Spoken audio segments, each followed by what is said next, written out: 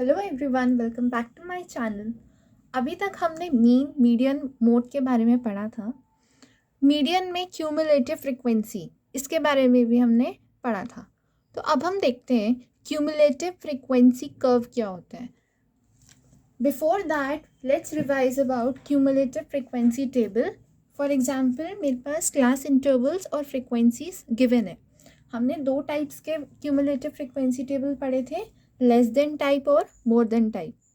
सो less than type के लिए हम अपर लिमिट कंसिडर करते हैं and for more than type we consider lower limit.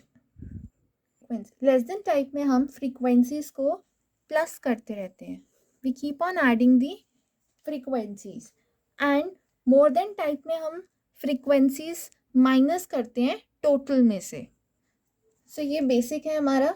For example, हमें यहाँ पर क्लास इंटरवल गिवन है 135 to 140, 140 to 145, 145 to 150 and 150 to 155, और इनकी फ्रीक्वेंसीज भी गिवन है।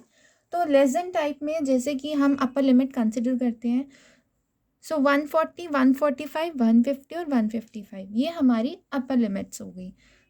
तो first we will write less than 140, उसके बाद लेस देन 145, लेस देन 150 और लेस देन 155। इसकी क्यूमुलेटिव फ्रीक्वेंसी क्या होगी?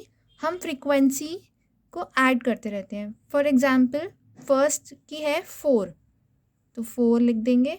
Next 4 + 7 11, then 11 + 18 which will give us 29, and at last 29 + 11 which will give us 40।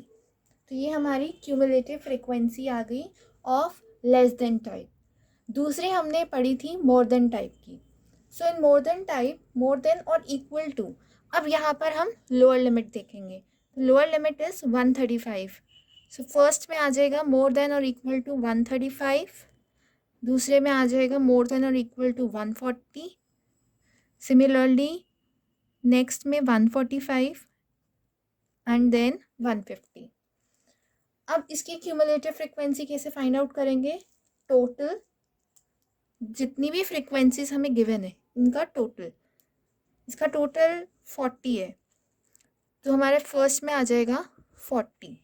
Then next के लिए हम यहाँ पर सब्ट्रैक्ट करेंगे, so that will be total में से हम अब फ्रीक्वेंसी को माइनस करते रहेंगे। So for more than type हम यहाँ पर सब्ट्रैक्ट करते हैं। तो फर्स्ट में हम क्या करेंगे, 40 में से 4 को सब्ट्रैक्ट कर देंगे, this will give us 36। Then next will be 36 minus 7 which will give us 29. After that 29 minus 18 जो हमें देगा 11। यहाँ पर 11 और लास्ट फ्रीक्वेंसी दोनों सेम है। तो ये था हमारा लेस देन टाइप और more than type. Now we will see कि हम क्यूमुलेटिव फ्रीक्वेंसी को कैसे ग्राफिकली रिप्रेजेंट करते हैं। सो जब भी हम क्यूमुलेटिव फ्रीक्वेंसी को ग्राफिकली रिप्रेजेंट करते हैं उसे हम क्यूमुलेटिव फ्रीक्वेंसी कर्व बोलते हैं, या फिर ओजिव बोलते हैं। कुछ लोग इसे ओजीव बोलते हैं, कुछ लोग ओजाइव बोलते हैं और कुछ ओ गिव बोलते हैं। सो जैसे कि हमारे पास दो तरीके की क्यूमुलेटिव फ्रीक्वेंसी होती है, मोर देन टाइप और लेस देन टाइप, ऐसे ही हमारे पास ओजाइव कर्व्स होते हैं लेस देन टाइप और मोर देन टाइप के। तो यहाँ पर क्वेश्चन है, the following distribution gives the daily income of 50 workers of a factory, convert the distribution to a less than type cumulative frequency distribution and draw its ogive. तो यहाँ पर एक table given है जिसमें डेली इनकम दी हुई है rupees में और नंबर ऑफ वर्कर्स गिवन है। तो इसके लिए सबसे पहला स्टेप है कि हम देखते हैं कि जो हमारे क्लास इंटरवल्स है वो कंटिन्यूअस है, दे आर कंटिन्यूअस, यहाँ पर कोई ब्रेक नहीं है। सो नेक्स्ट स्टेप इज कि हम इसका less than type cumulative frequency distribution table बनाएं, जैसे हमने अभी सीखा था। सो यहाँ पे मैंने एक टेबल बनाया है जिसमें क्लास इंटरवल फ्रीक्वेंसी लिख दिया है।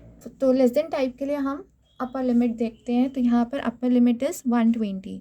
So first will be less than 120, than less than 140, next less than 160, next will be less than 180 and at last less than 200. अब इसकी क्यूमुलेटिव फ्रिक्वेंसी लिखेंगे तो फर्स्ट हमारी फ्रिक्वेंसी 12 है तो क्यूमुलेटिव फ्रिक्वेंसी पहले की आ जाएगी 12. सो नेक्स्ट की आ जाएगी 12 plus 14 which will give us 26. इसके बाद 26 plus 8 34, 34 plus 6 40 and 40 plus 10 which will give us 50. तो ये जो 50 है लास्ट में ये n के इक्वल है. n यहाँ पर हमारा 50 वर्कर्स है. And now we will draw the graph. So for graph I am using a graph paper. Now our first step is to draw two axis.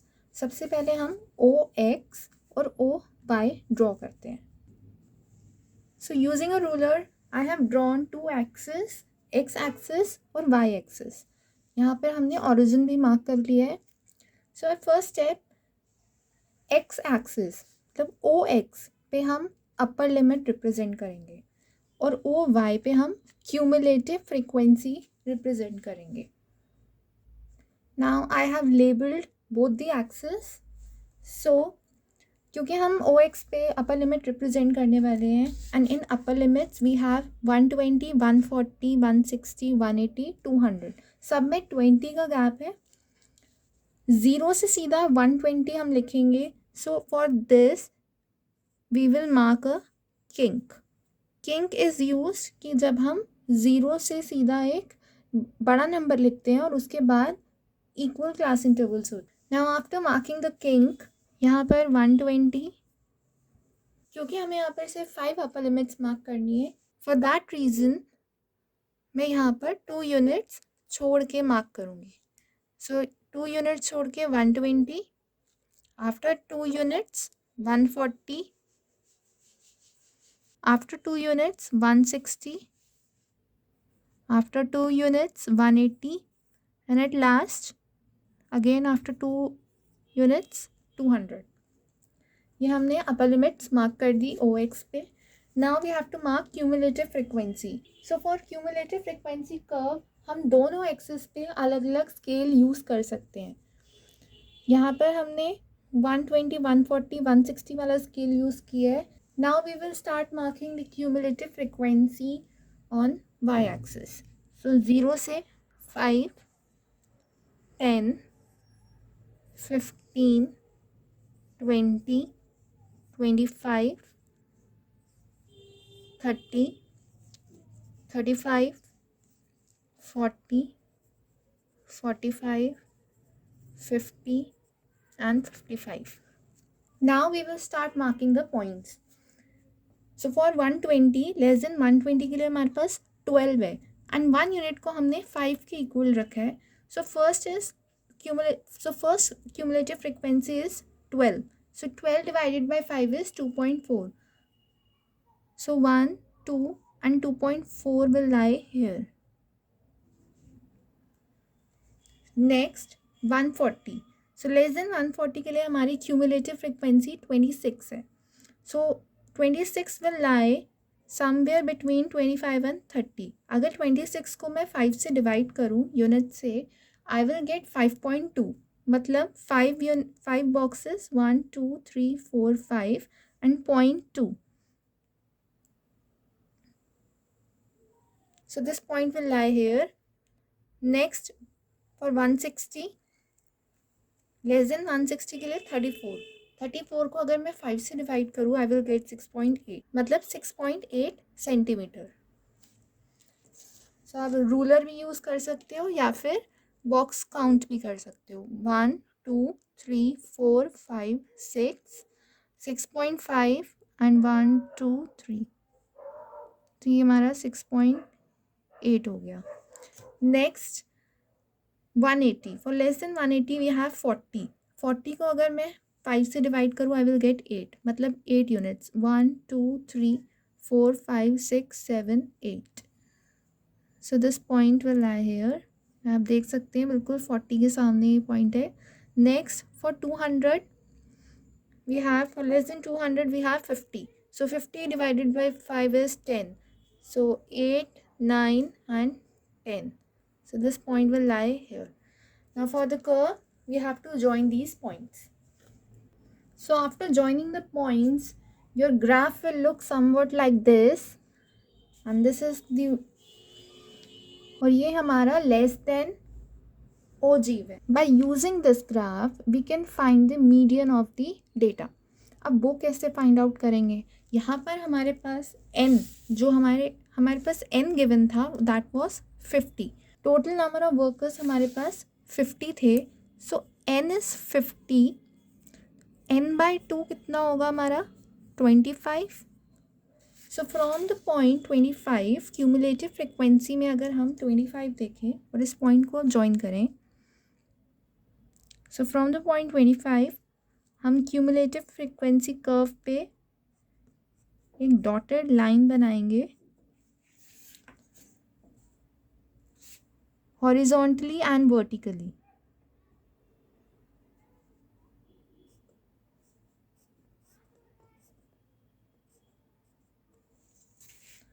ये जो पॉइंट्स आए हमारे एक्स और वाई कोऑर्डिनेट के, दिस पॉइंट ये हमारा 120 है, this is 130 and 130 के बाद 135, 136, 137, 138 पॉइंट समथिंग. सो जो हमारा मीडियन एक्स कोऑर्डिनेट है, सो जो हमारा एक्स कोऑर्डिनेट है वो अप्रॉक्स 138 है और वाई कोऑर्डिनेट हमारा 25. सो ये जो एक्स कोऑर्डिनेट है, ये वैल्यू जो है इस डेटा की मीडियन वैल्यू.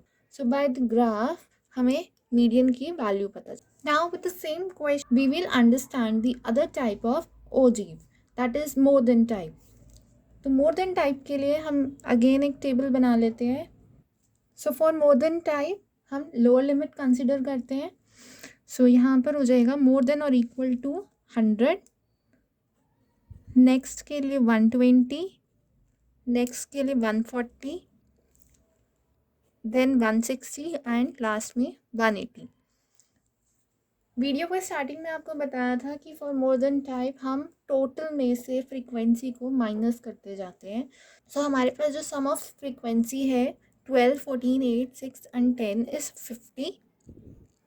सो फर्स्ट के लिए 50 आ जाएगा, then 50 minus 12, 38, next 38 minus 14, that is 24, next 24 minus 8, 16 और लास्ट में 16 minus 6 that is 10.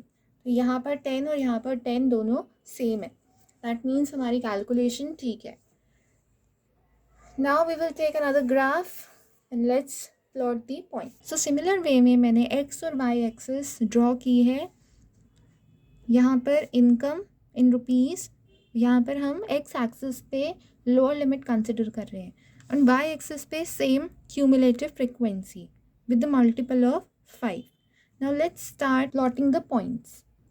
So first part के लिए हमारे पास है more than or equal to 100, जिसके लिए cumulative frequency 50 है. So for 100 हमारी 1 unit 5 की equal है. So that means 50 divided by 5 will be 10. So 1, 2, 3, 4, 5, 6, 7, 8, 9, 10. 50 के सामने हमने 50 को रिप्रेजेंट कर दिया इस पॉइंट को. Next for 120 we have cumulative frequency 38. 38 को अगर मैं 5 से डिवाइड करूँ I will get 7.6. So 38 will lie between 35 and 40. क्योंकि 38 डिवाइडेड बाई 5 इज 7.6, तो हम 7 यूनिट्स और 0.6 यूनिट्स अबव मार्क करेंगे. So this is our 38. Next is for more than or equal to 140, that is 24. 24 will lie between 20 and 25. So 24 divided by 5 is 4.8. मतलब 4.8 units up जाना है हमने. 4.8 will lie somewhere here. Then for more than or equal to 160 we have 16. So 16 divided by 5 is 3.2. So for 3.2 हम 3.2 units up जाएंगे. 3.2 You can use scale also. Next is for 180. So for 180 we have more than or equal to 180 is 10. So for 10 के सामने that is 10 divided by 5 is 2, मतलब 2 units up. Now we will join these points. So this is our more than type ogive. Similarly we have less than type ogive जो अभी हमने थोड़ी देर पहले plot किया था ना. व्हाट इफ अगर मैं दोनों को एक ही ग्राफ में प्लॉट करूं तो वो क्या रिप्रेजेंट करेगा. Now let's plot the less than type on the same graph. So for 120 we have 12. Similarly जैसे हमने पहले किया था सेम इस वे में हम इस ग्राफ पे प्लॉट करेंगे. नाउ इसी ग्राफ में मैंने लेस देन ओजाइव भी ड्रॉ कर दिया है. Now there is a point जहाँ पर ये दोनों कर्व्स मीट कर रहे हैं. इस पॉइंट से हम एक परपेंडिकुलर लाइन ड्रॉ करेंगे on the x axis.